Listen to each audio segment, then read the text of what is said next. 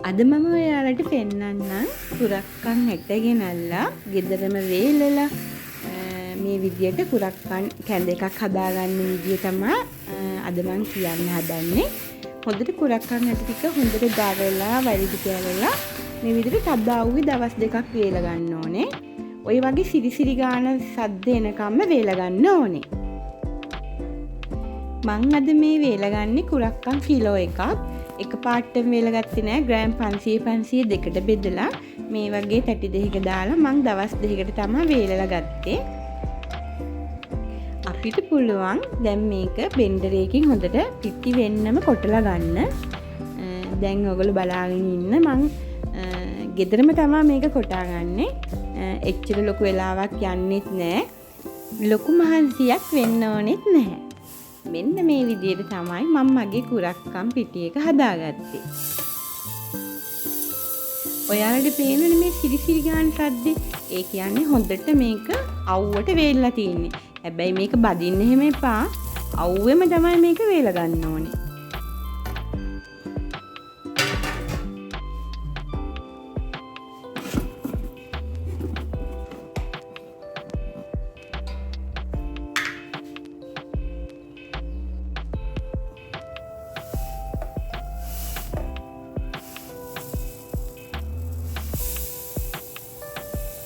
මම තැටි දෙකේම තිබ්බ කුරක්කන් ඇට ටික එකම වෙලාවක තමයි කොටා ගන්න යන්නේ.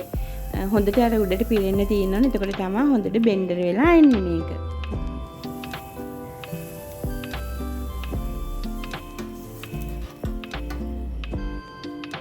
මම මේ වෙනකොට පොල් රෙඩියක කිරි, මිටි කිරි, දී කිරි ඔක්කොම එකට හදාගෙන තින්නේ. මං කැඳ එකක් හදනවා දැන්. ඔයගොල්ලොත් මිටි කිරි ටිකක් ලෑස්ති කරලා තියාගන්න.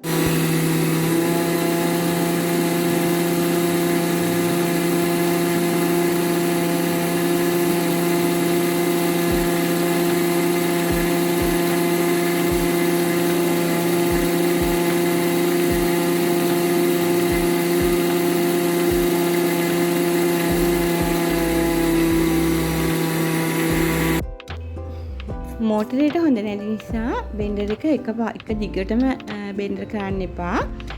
නතර කරලා ආපහු සැරයක් ස්ටාර්ට් කරන්න. දැන් අපේ කුරක්කන් පිටි එක හොඳටම පිටි වෙලා තියෙන්නේ. ඔයගලන්ට පේනවනේ. අතින් අල්ලලා බලන්න පිටි පදමට එනකම්ම බෙන්ඩර් කරගන්න. හොඳට වියලා ගත්ත භාජනයකට මේක අහුර ගන්න ඕනේ. හැබැයි මේක උණු උණුවෙන්ම භාජනයකට දාගන්නත් එපා. කොළ කෑල්ලක තියලා පොඩ්ඩක් නිවුනට පස්සේ මෙහෙම භාජනයකට අහුර ගන්න. මේක හුලන් නොයිදි තියාගන්න. මොකද කොළ කෑල්ලකට අහුරන්න කිව්වේ පුස් කනවා රස්නේ පිටින් මේ කරොත්. අපිට මේක හොඳට මාස 3ක් විතර තියාගන්න පුළුවන්. මේ විදියට අහුරගෙන මම නම් හැමදාම කැඳ හදන නිසා දවසක් කියලා දවසක් මම කැඳ හදනවා. ඒක නිසා මට මේක සති දෙකක් විතරට තමයි ඇති වෙන්නේ. පොල් ගෙඩියක කිරි දාලා මේ වගේ මැටි මුට්ටියක මම මේස හැඳි 8ක් විතර ගත්තා. ඒ කියන්නේ ග්‍රෑම් 150ක් විතර කිරලා ගන්න ඕගොල්ලෝ.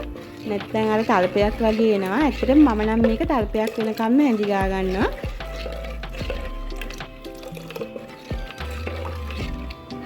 නතර කරන්නෙම නැතුව මේක හොඳට ওই විදියට මැටි මුට්ටියක දාලා හැඳි ගා ගන්න. එක වේලාවක් යනකොට මේක ඝනකම වෙනවා. එතකොට තද වගේ ඝනකමකට ආවහම මෙන්න මේ වගේ ඔයාලා මේක බාගන්න. මේක තමයි පදම. ඔයාලත් හදලා බලලා මගේ වීඩියෝ එකට ඔයගොල්ලන්ගේ අදහස් ලියන්න. එහෙනම් ගිහිල්ලා එන්නම්.